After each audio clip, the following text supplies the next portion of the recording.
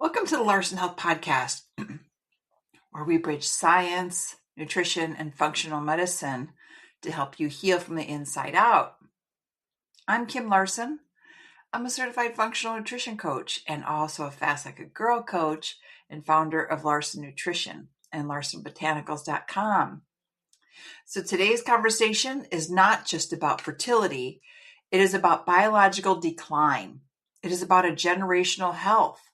It's about whether modern science is quietly eroding the very mechanisms that allow us to produce, reproduce, thrive, and pass forward resilience to our children.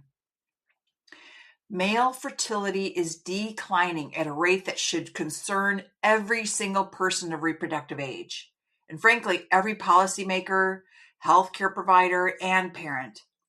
And it's not speculative. It is not political. This is documented in peer-reviewed literature across multiple decades. In 2017, a landmark meta-analysis was published in Human Reproduction Update by Dr. Shanna Swan and her colleagues. And this study did not examine a few hundred men, but it was literally in 1973 to 2011, 185 studies were compiled, and it included nearly 43,000 men across America, Europe, Australia, and New Zealand based samples. They're not just men, seeking infertility treatment. They were meant to represent the general male population. And what the researchers found was astounding. Sperm concentration declined by more than 50% over that time frame from 1973 to 2011. That's astounding. Total sperm count declined by nearly 60%, and when the team reanalyzed the slope of decline, they found something even more disturbing. The rate of decline accelerated after the year 2000. This was not leveling off, it was steepening. When this study was just published, critics attempting to dismiss it by suggesting that laboratory methods had changed over time, but the authors anticipated that critique. They adjusted for abstinence time before sample collection, for geographic region, for age, for study methodology. The downward trend persisted even after controlling for all those variables. Dr. Swan later expanded on this work in subsequent analysis and public discussions, emphasizing that when a biological parameter declines by over 50% in 1 to 2 generations, we're not witnessing random fluctuation. We are witnessing environmental or systemic disruption. And sperm count is not only metric declining, because in 2022, an update to the original analysis, again published in Human Reproduction Update, incorporated more recent global data and found that the decline is now observed not only in Western countries, but across South America, Africa, and Asia as well. The globalized nature of the trend suggests that this is not a regional anomaly. It aligns with modernization, industrialization, and metabolic shifts that transcend borders. But I want to talk about the sperm concentrations, which is not just one dimension of male fertility, which is only one dimension of it. When researchers examine sperm motility, and this is the capacity of sperm to swim progressively toward an egg, they find consistent reductions. Now, obviously people are still getting pregnant, but not as many people are getting pregnant anymore and not having children. Some people just don't want to have children, and especially the younger generations, more and more of them are saying they don't want to have children. Now, they might change their minds, but a majority of them don't. And so this is part of the problem of our fertility, is people choosing not to have children, and also the lowering of the testosterone in men. So studies in journals such as Fertility and Sterility and Andrology have documented declines in progressive motility over recent decades. and perhaps even more concerning, is the increase in sperm DNA fragmentation. Now, let me talk about DNA fragmentation. This refers to, the breaks or damage in the genetic material carried within the sperm head. So elevated DNA fragmentation is associated not only with reduced fertilization rates, but with higher miscarriage rates, impaired embryo development, and long-term health risks in offspring.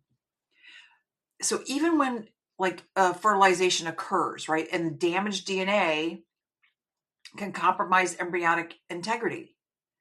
Research published in Reproductive Biomedicine Online has shown that men with elevated oxidative stress markers have significantly higher DNA fragmentation indices. This links sperm quality directly to systemic inflammation and metabolic health. And this is where the conversation becomes urgent. Sperm health is a reflection of systemic physiology.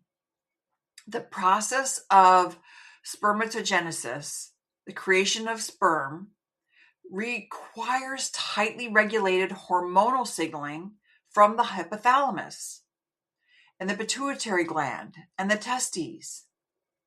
It requires robust mitochondrial function because sperm are highly energy dependent cells. And it requires adequate micronutrients for DNA replication and membrane formation. And this requires low oxidative stress to protect delicate lipid membranes and genetic material. So when sperm, parameters decline, say, across populations, it signals that something upstream is destabilizing the metabolic and endocrine health. And when we place the sperm data alongside testosterone data, the pattern becomes even clearer. In 2007, a pivotal study was published in the Journal of Clinical Endocrinology and Metabolism by Travison and colleagues.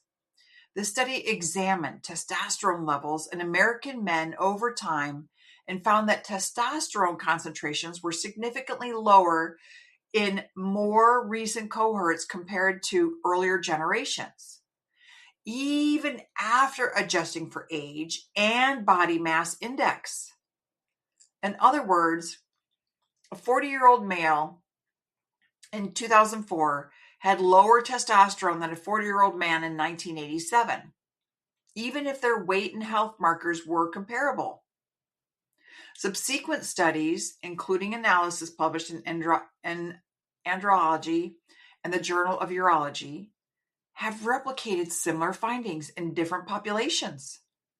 Testosterone decline appears generational. It's not merely age-related.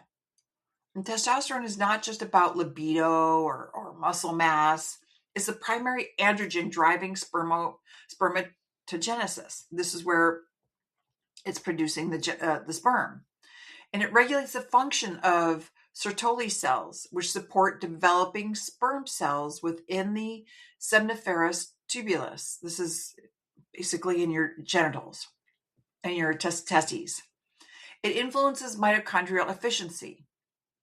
It affects red blood cell production, bone density, mood stability, insulin sensitivity. I mean, it's amazing where this is where metabolic disease is coming in as well.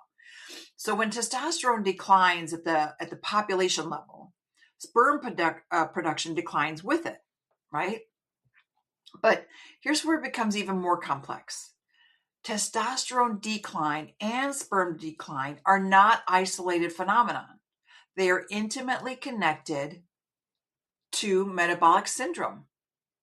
And metabolic syndrome is characterized by central obesity, insulin resistance, elevated triglycerides, low HDL cholesterol, and hypertension.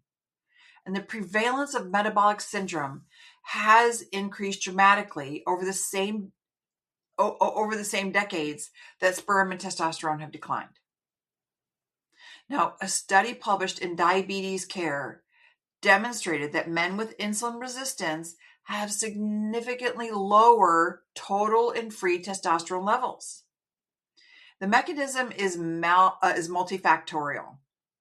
Insulin resistance increases inflammatory cytokines, such as TNF-alpha and IL-6, and these suppress hypothalamic signaling, which, with elevated insulin levels, promote increased aromatase activity in adipose tissue, that's your fat tissue, converting testosterone into estradiol. So now you've got more female hormones coming in. You're getting man boobs. You're getting belly fat.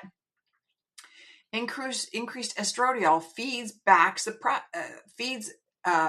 to suppress luteinizing hormone secretion from the pituitary gland, reducing testosterone production further.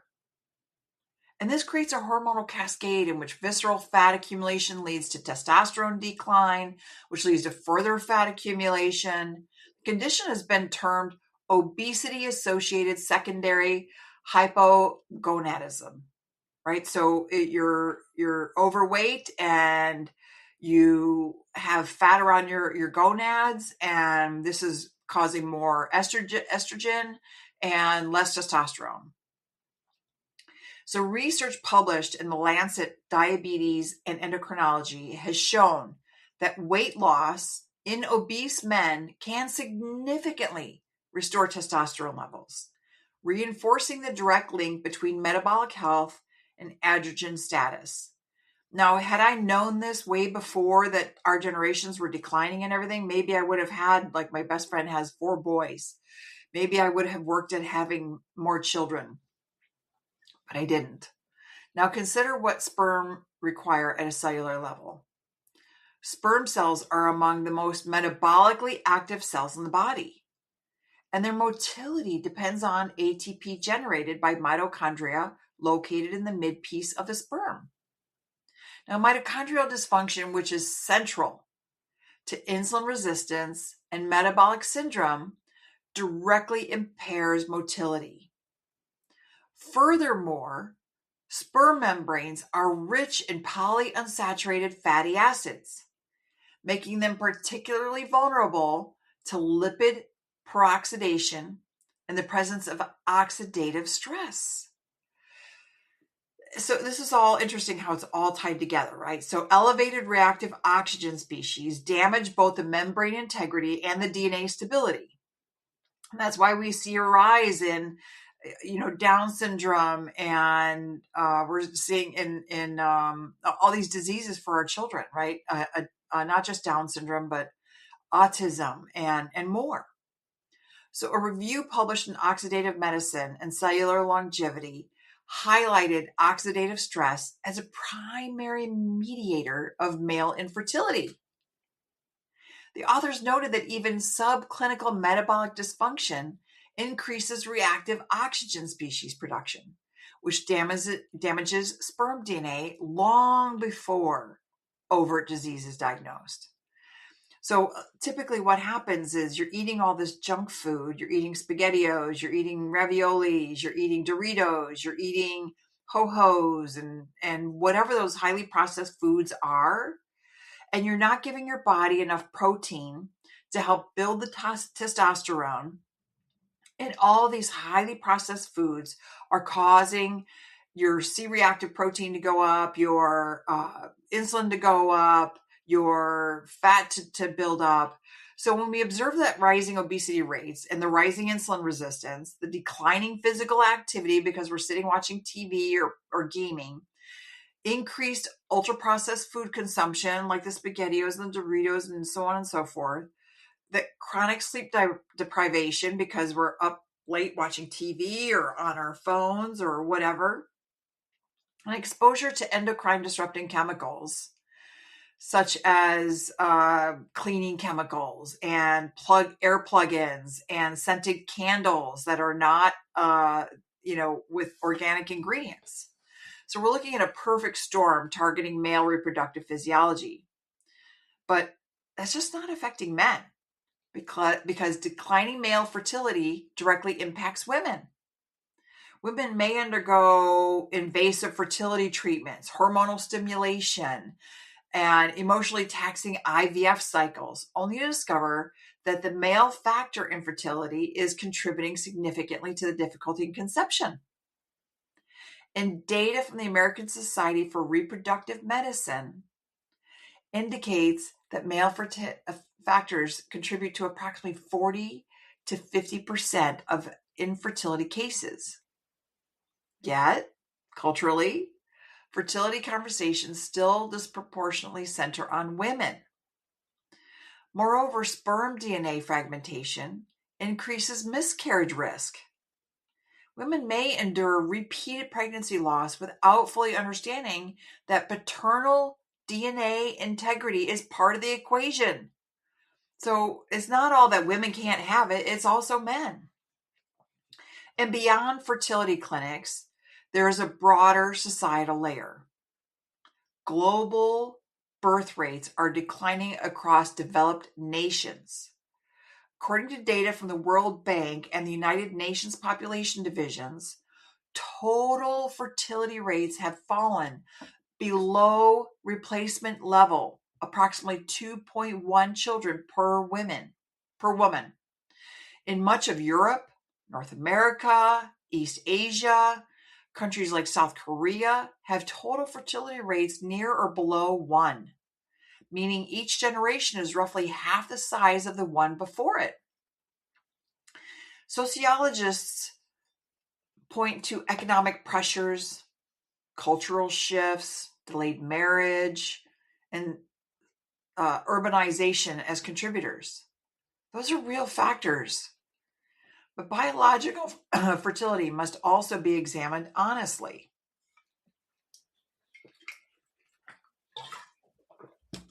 When male sperm counts decline by over 50% in 2 generations, and testosterone levels follow, this similar trajectory, we can't ignore the biological dimensions.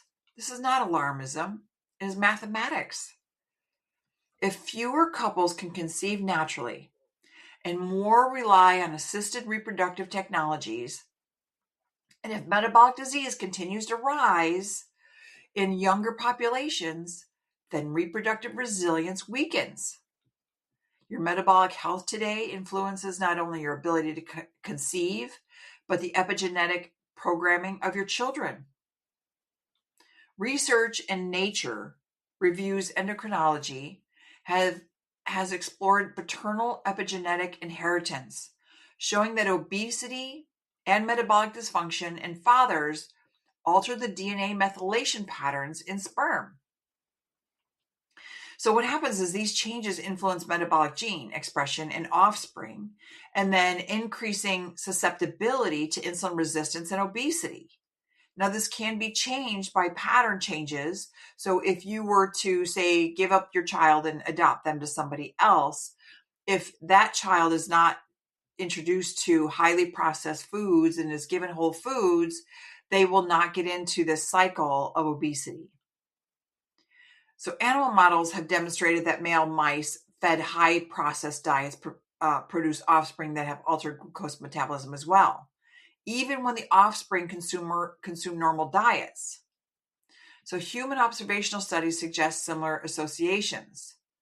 This means that male health is not isolated to the present generation. It shapes the next generations to come. And when we step back and look at declining testosterone, declining sperm counts, rising metabolic syndrome, increasing endocrine disruption, falling birth rates, and generational health shifts, we must ask a difficult question. Are we metabolically eroding our species in real time?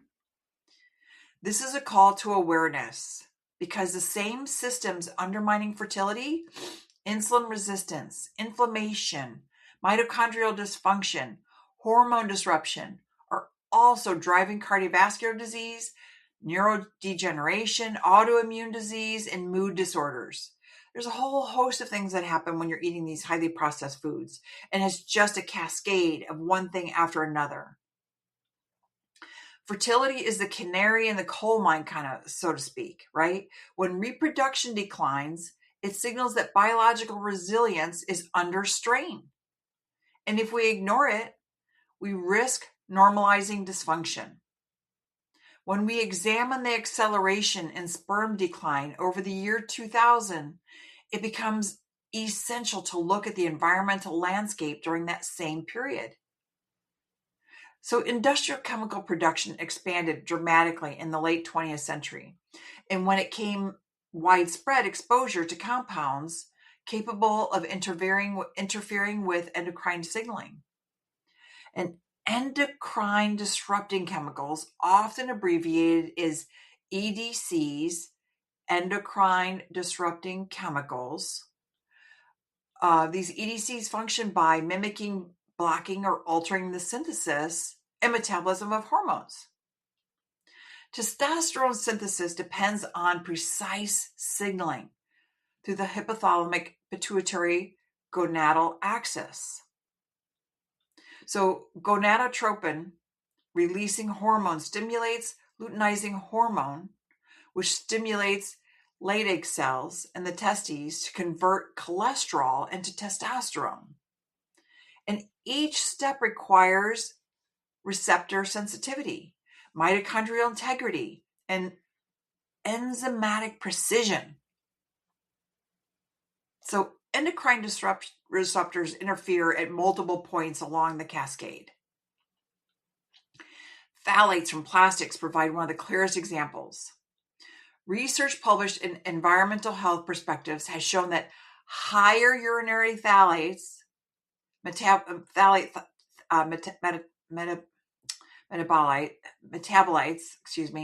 correlate with lower circulating testosterone levels in adult men. This is why I tell people all the time, get rid of your plastic water bottles. Get rid of your plastic Tupperware. Do not microwave in plastic. Get rid of it. Get your glass containers.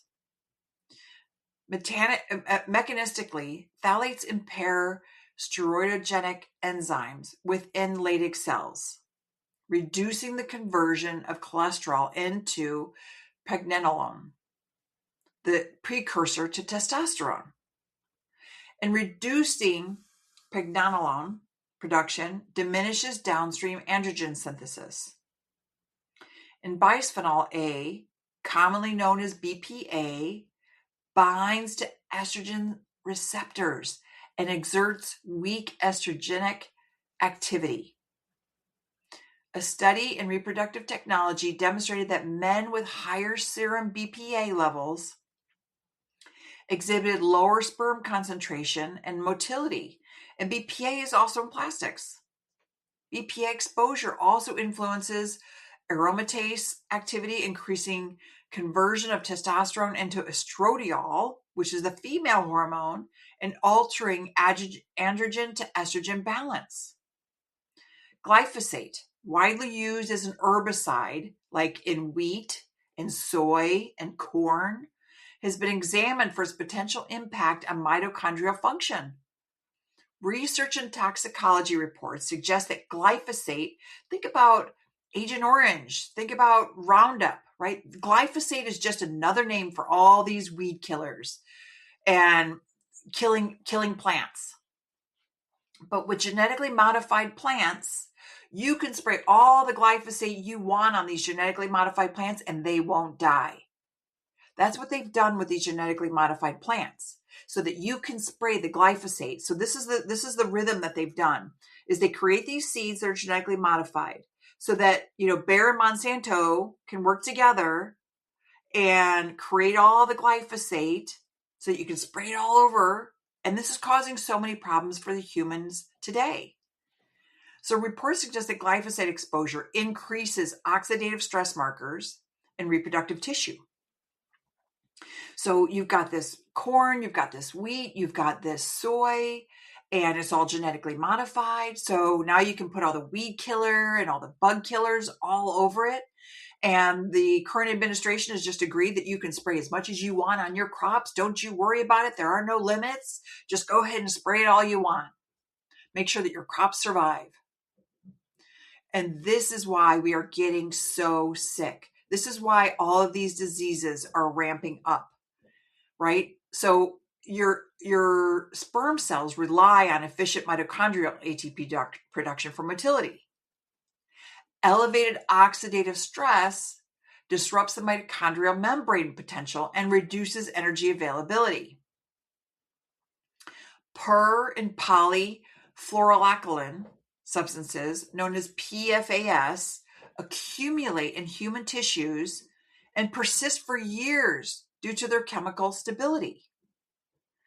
A 2018 study in JAMA Network identified associations between PFAS exposure and reduced semen quality in young men. PFAS compounds interfere with steroid hormone synthesis and alter lipid metabolism, creating downstream effects on sperm membrane composition. Exposure to these compounds begins early in fetal development. This represents a particularly sensitive window. So research from the study of future families, published in Human Reproduction, demonstrated that prenatal phthalate exposure correlates with shorter anogenital distance in male infants, a biomarker linked to reduced androgen exposure during development, and shorter anogenital distance in adulthood has been associated with lower sperm counts. Now, the implications extend across decades. Sertoli cell proliferation occurs primarily during fetal and early postnatal life. Sertoli cells determine the upper limit of sperm production in adulthood, and disruption during developmental windows establishes lifelong reductions in spermatogenic capacity. So while environmental toxicology exerts powerful influence, metabolic dysfunction amplifies its impact. Insulin resistance increases circulating insulin and glucose levels, driving systemic inflammation. Elevated inflammatory cytokines impair hypothalamic signaling and reduce gonadotropin release. So inflammatory stress within testicular tissue further compromises the Leydig and Sertoli cell function. So this means that your sperm production is down, the quality of your sperm is decreased, the production of all these sperm is less.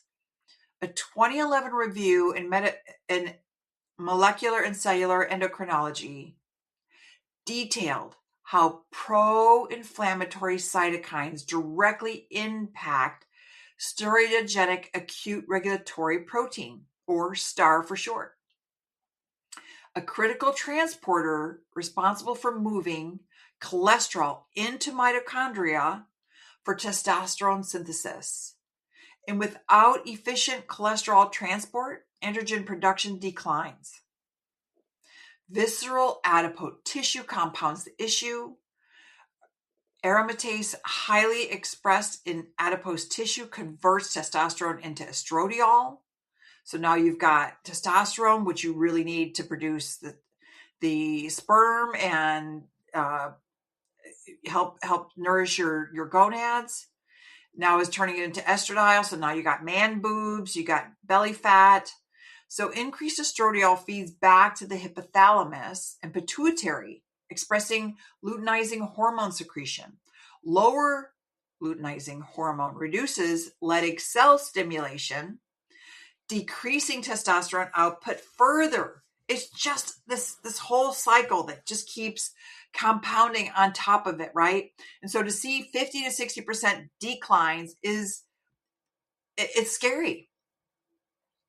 And this cycle reinforces itself. Lower testosterone promotes muscle loss and increased fat accumulation. Reduced muscle mass impairs glucose disposal, worsening insulin resistance.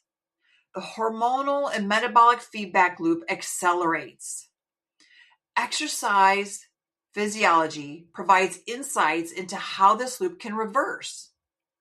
So resistance training stimulates acute increases in testosterone and growth hormone, particularly when large muscle groups are engaged, like through your legs in compound movements.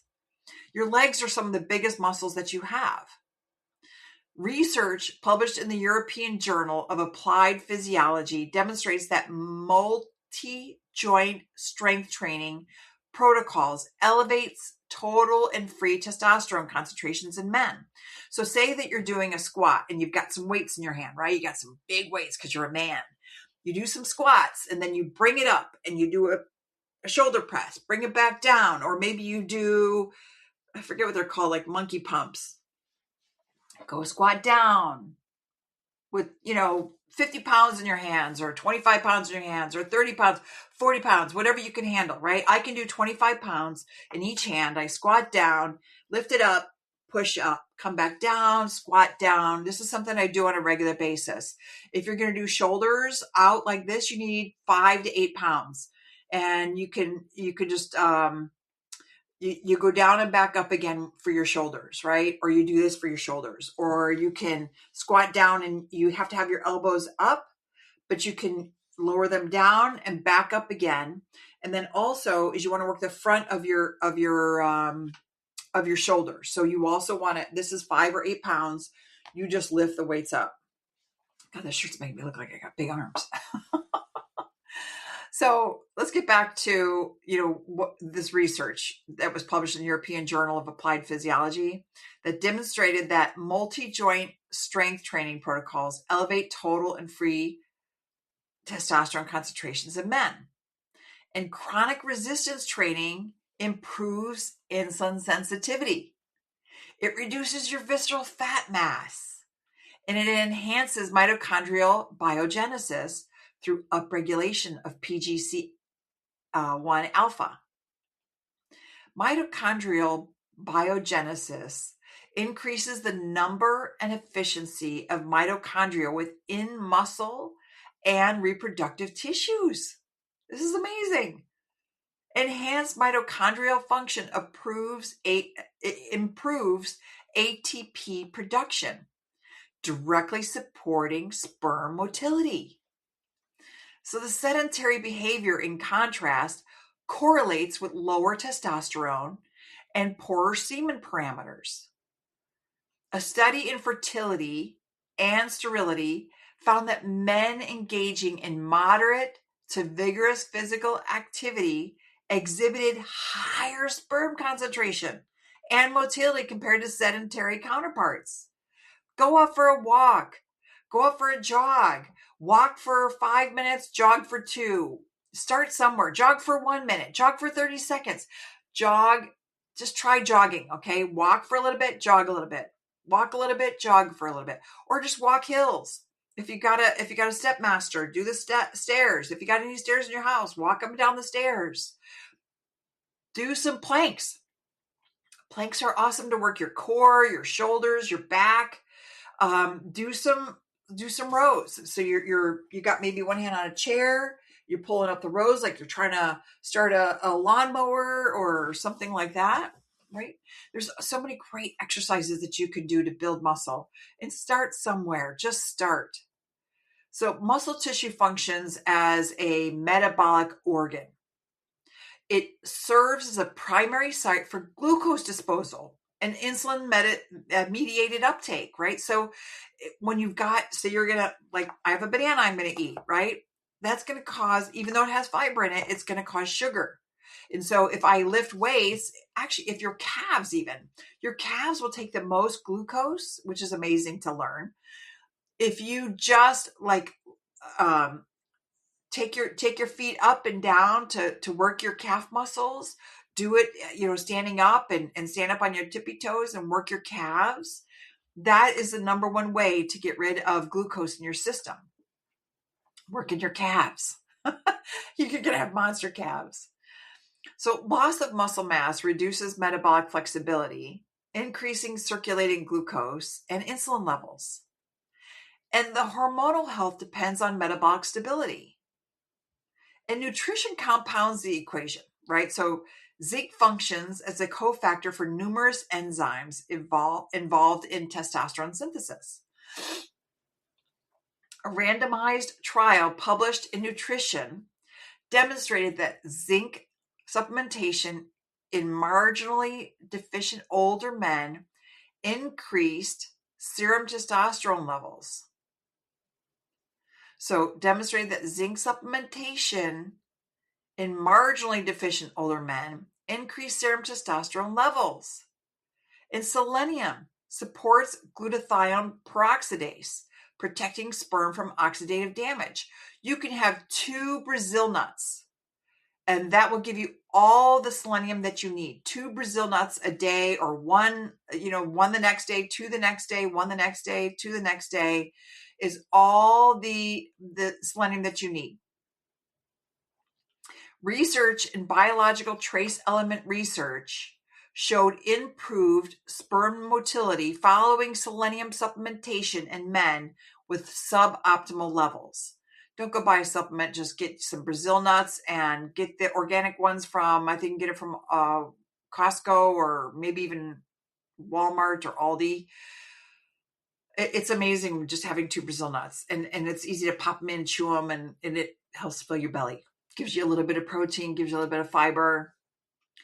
Omega-3 fatty acids also integrate into sperm membranes, enhancing fluidity and structural integrity. Now, I have shared multiple times this omega-3 that I take from Zenzino. I have a little shot glass. I put 2 ounces for my body size of oil into the shot glass, and then I add cold water. My husband takes 4 ounces of the oil. When we go for our functional health tests, and they test over 100 different biomarkers, our omega-3s are always at the top 1 percentile in the country. So I can tell you that by taking a Zenzino supplement, and I like the grapefruit one, but there's also, there's a fruity tooty for the kids. There's other flavors that are out there, but this has been a game changer. I no longer have arthritis. Now, I also changed the foods that I was eating. I stopped eating gluten. I stopped eating highly processed foods. I don't eat pizza, and I don't eat junk food. But by eating cleaner and getting my omega-3s and not eating wheat, I've actually been able to get rid of my arthritis. So, when you have omega-3 fatty acids, which integrate into sperm membranes, enhancing fluidity and structural integrity. So, a study in the human reproduction found that higher omega-3 intake correlates with improved sperm morphology and concentration. Ultra-processed diets, characterized by refined carbohydrates like SpaghettiOs and Ho-Hos and Twinkies and candy bars and anything that is packaged. Now, there are bell peppers in a plastic bag that might come 3 bell peppers to a bag, right? It helps people seem to buy food when they put it in plastic. There's a local organic farm here in northern Michigan, and they've researched this. They'll put literally stuff in a bag, and then they'll put it not in a bag, and people will take what's in the plastic bag over taking it, putting it in their cloth bag. It just astounds me. So this is characterized by, refined carbohydrates, industrial seed oils such as canola oil, rapeseed oil, peanut oil. So these industrial seed oils promote oxidative stress and inflammation. And advanced glycation end products accumulate with chronic hyperglycemia, damaging proteins and DNA. Sperm DNA integrity suffers in high glucose environments. And then if you're not sleeping well, sleep further modulates hormone regulation. Testosterone secretion follows the circadian rhythm, peaking during deep sleep phases. And research in JAMA demonstrated that 1 week of sleep restrictions to 5 hours per night reduced daytime testosterone levels in healthy young men by 10 to 15% just with 1 week of sleep deprivation, right? So if you can imagine, if you've got multiple weeks at 10 to 15% decline every time, chronic sleep debt elevates cortisol. That's your stress hormone, which competes with reproductive hormone signaling, and it suppresses your gonadotropin release. Chronic stress compounds this suppression. Cortisol exerts inhibitory effects on the hypothalamus, reducing gonadotropin releasing hormone pulsatility. Reduced pulsatility diminishes luteinizing hormone secretion and downstream testosterone synthesis. So it's amazing how one thing affects the other, it affects the other, affects the other, affects the other. You've got to take care of your health. It's the only thing that you have. As these stressors accumulate, environmental toxins, metabolic dysfunction, sedentary behavior, micronutrient depletion, sleep deprivation, psychological stress, reproductive capacity becomes collateral damage. And women experience parallel consequences. Sperm DNA fragmentation increases miscarriage risk and reduces embryo viability, placing emotional and physical strain on women pursuing pregnancy. And rising metabolic dysfunction in men also correlates with altered seminal plasma composition, which influences immune tolerance within the female reproductive tract. And beyond conception, maternal metabolic health influences placental development and fetal programming. Now, research in the Lancet and Nature Communications has highlighted associations between paternal obesity and increased risk of childhood obesity and metabolism disease in offspring. And epigenetic modifications in sperm alter gene expression. These patterns governing glucose metabolism and adipogenesis. The societal implications extend further because population economists examining fertility decline across Europe and East Asia describe aging populations with shrinking workforce bases. Healthcare systems face increasing strain as chronic disease rises alongside demographic contraction. While cultural and economic factors influence birth rates, biological fertility establishes foundational capacity. Sperm decline of over 50% within 2 generations represents a biological signal demanding attention. Reproduction health reflects systemic vitality. If everybody had just 2 or 3 kids, 3 or 4 kids, and the love that you get from your children, yes, there are headaches, yes, there are troubles with it, but there is so much love from a child and what the child gives you for the length of your life. Now, it doesn't mean that there aren't problems, right? So my mother had 3 children. The oldest one is a problem, but the next 2 are not. So it happens, right? When hormonal resilience weakens across populations, it indicates environmental and metabolic conditions misaligned with human physiology. And this conversation carries urgency because reproductive age spans a finite window, right? Your reproductive years are basically to 35, 40, and after 35, your eggs are declining, testosterone is declining. Men in their 20s and 30s today represent a generation shaped by ultra-processed diets, pervasive endocrine disruptive exposure, reduced physical labor, chronic digital overstimulation, and disrupted circadian rhythms. Biology responds to environment. The encouraging reality lies in the regeneration nature of spermatogenesis. The full cycle of sperm development spans approximately 74 to 90 days. So interventions targeting metabolic health, toxin reduction, resistance training, sleep restoration, and nutrition repletion produce measurable changes within one cycle. And research in andrology demonstrates improved semen parameters following structured weight loss and exercise programs over 12 weeks. That's just 3 months.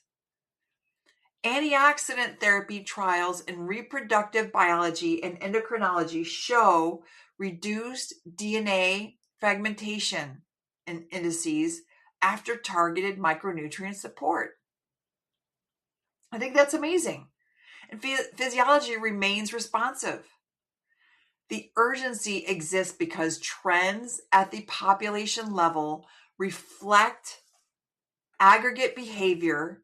Individual change scales into generational impact.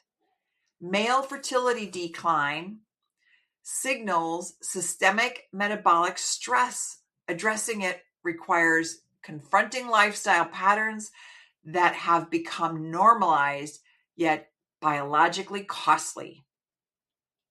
The next layer of this discussion moves deeper into mitochondrial biology, circadian disruption, and the global demographic implications of sustained sub-replacement fertility. Digital overstimulation late into the evening suppresses endogen melatonin release. Melatonin acts as both a circadian signal and a mitochondrial protector. It scavenges reactive oxygen species and stabilizes mitochondrial membranes. Reduced melatonin production weakens antioxidant defense inside reproductive cells. Being on your phone or watching the TV late, this is all very disruptive to your endocrine and to your body repairing itself and letting that oxygen species and stabilize mitochondrial membranes with scavenging.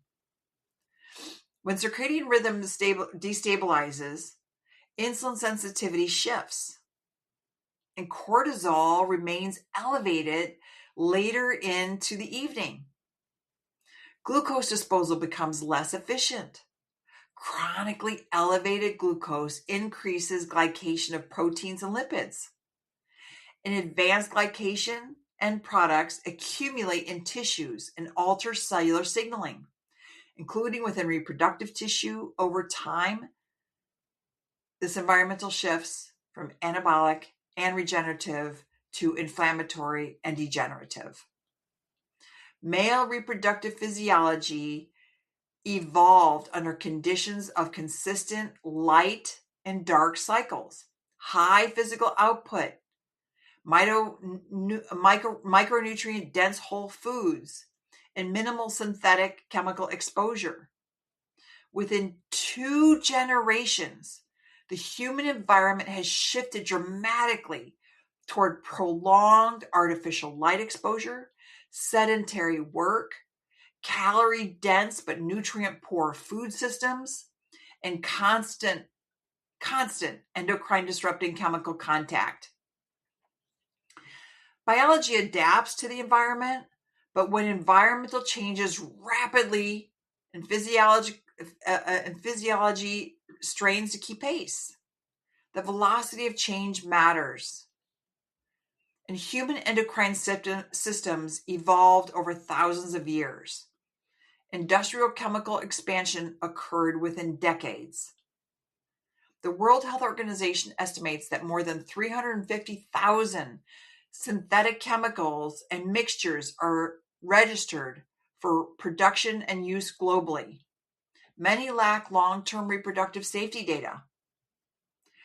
Bioaccumulation in adipose tissue creates chronic low-dose exposure over years. Reproductive tissue, rich in lipid membranes and hormone-sensitive cells, becomes a target. Right? Testosterone dysgenesis syndrome has emerged as a concept describing a cluster of male reproductive disorders, including reduced sperm counts, hypospadias, cryptorchidism, and testicular cancer.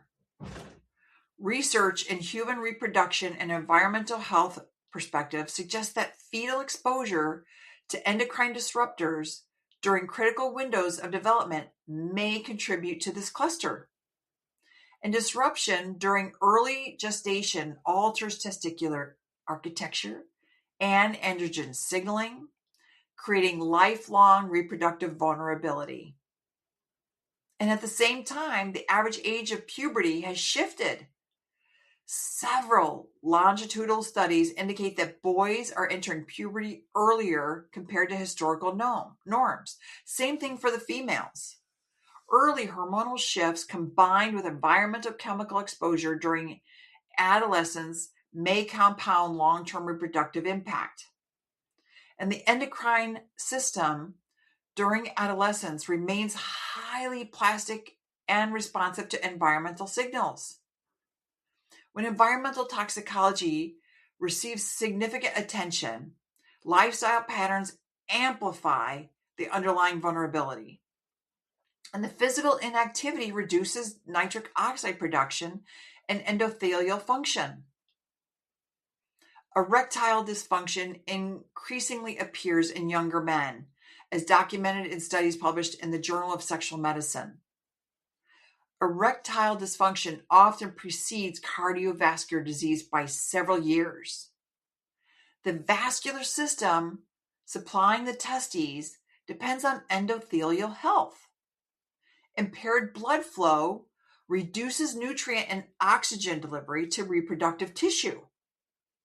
Strength training stimulates androgen receptor density in muscle tissue. Increased androgen receptor expression enhances the body's responsiveness to circulating testosterone. Sedentary behavior reduces receptor sensitivity, meaning even adequate testosterone levels exert weaker physiological effects. And over time, reduced receptor sensitivity can resemble functional androgen deficiency. Nutritional shifts also require deeper examination, right? So these nutritional shifts of eating highly processed foods that have no nutrients in them and no phytochemicals, none of these protective, plants have protective effects for our bodies. Eating these plants help protect our bodies. Dietary patterns characterized by high refined carbohydrate intake drive repeated insulin spikes. Chronic hyperinsulinemia suppresses sex hormone binding globulin, SHBG, reproduction in the liver. So it's your liver, it's your heart, it's your skin, it's the plastics in your body and your brain. Reduced SHBG alters free testosterone dynamics and increases hormone volatility. Stable glucose regulation supports stable hormone signaling. Micronutrient depletion extends beyond zinc and selenium. Magnesium participates in over 300 enzymatic reactions, including those involved in ATP synthesis and testosterone production. Vitamin D functions as a secosteroid hormone influencing reproductive tissue receptors. And research in clinical endocrinology shows positive correlations between vitamin D status and testosterone levels in men. Choline supports membrane integrity and methylation pathways critical for DNA replication. Folate and B12 participate in one-carbon metabolism, influencing DNA synthesis and epigenetic programming within sperm cells. Now, about 75% of the population cannot methylate those two B vitamins. So when you start looking at folate and B12, it's better to get methylated forms unless you're tested and you know whether you can methylate these B vitamins. It's better to just get methylated forms so that you can actually make sure that you are methylating these B vitamins to help with your sperm cells. Inadequate intake of these nutrients increases homocysteine levels, which correlate with oxidative stress and impaired endothelial function. Now, the dietary omega-6 to omega-3 ratios have shifted dramatically in modern populations. Elevated omega-6 intake promotes pro-inflammatory eicosanoid production. Sperm membranes rely on balanced fatty acid composition for flexibility and structural stability. And excessive inflammatory lipid mediators impair membrane function and reduce fertilization capacity. Sleep duration across industrialized nations has steadily declined over the past 50 years. Average sleep time now falls below 7 hours for many adults. Now, I can tell you that my body functions really well on 6.5 to 7 hours.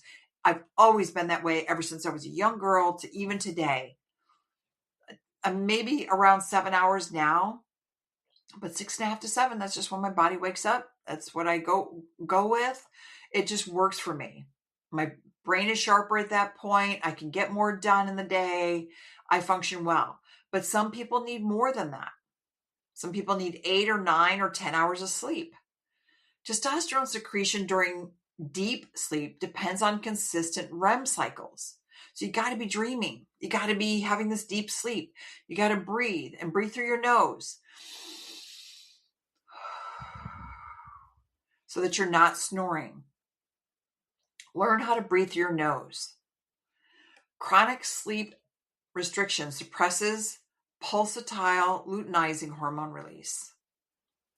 Reduced luteinizing hormone decreases stimulation of Leydig cells.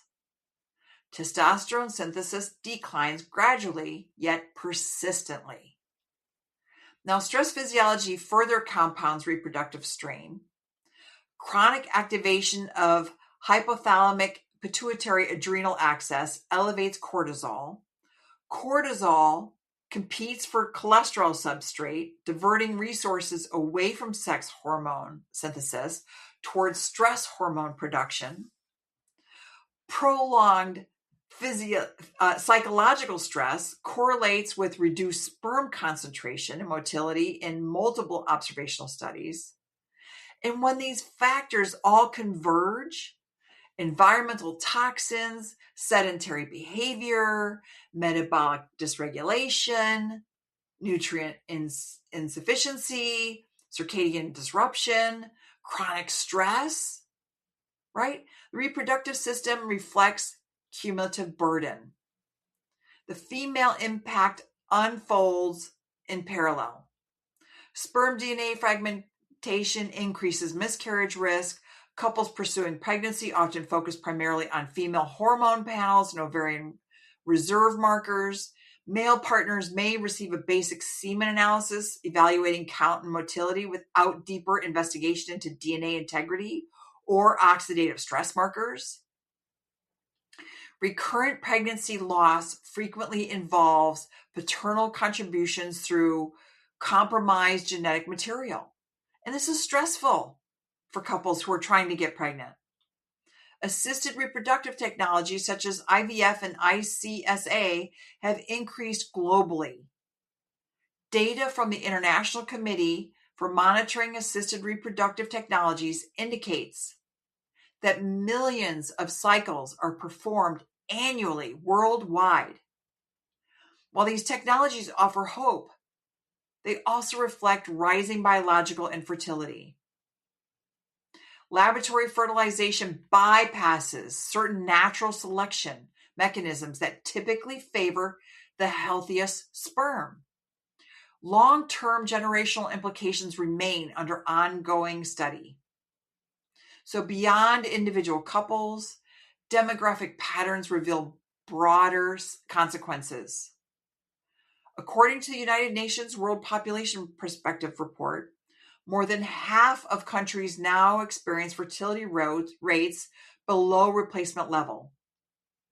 Japan's median age exceeds 48 years. South Korea's fertility rate recently fell below 1 child per woman. European nations face aging populations and shrinking workforce bases. Economic models from organizations such as OECD project increased strain on healthcare systems as working age populations contract while elderly populations expand.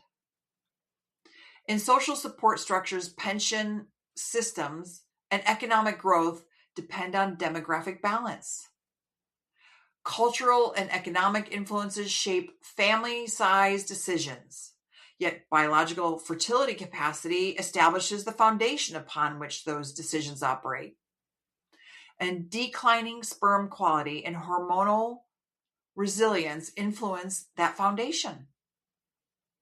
Paternal age has also increased globally. Advanced paternal age correlates with higher rates of de novo mutations in sperm.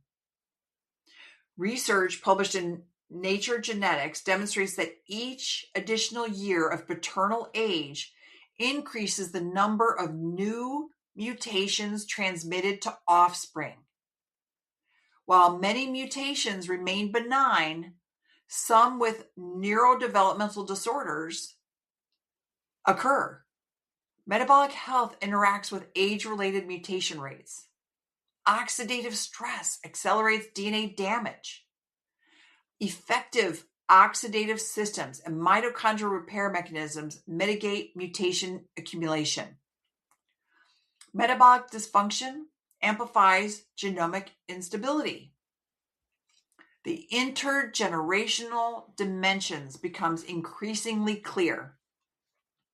Studies in Nature Communications and Cell have examined epigenetic modifications in sperm linked to paternal diet and obesity. DNA methylation patterns within genes regulating metabolism shift in response to paternal health status. Offspring exhibit altered insulin sensitivity and adiposity patterns, the adipose tissue, the fat in your gut and around your organs. Human studies support similar trends. Research from the Avon longitudinal study of parents and children found associations between paternal preconception BMI and increased adiposity in daughters. These associations suggest epigenetic inheritance pathways influencing long-term metabolic risk.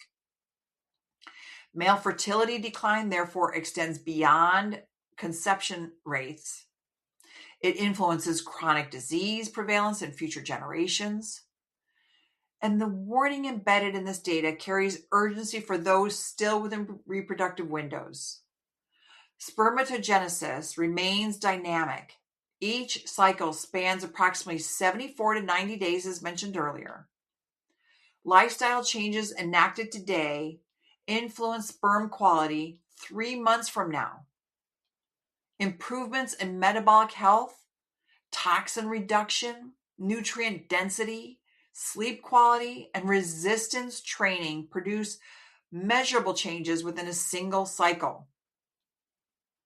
Clinical trials in andrology demonstrate that structured weight loss programs improve testosterone levels and semen parameters in obese men within 12 weeks.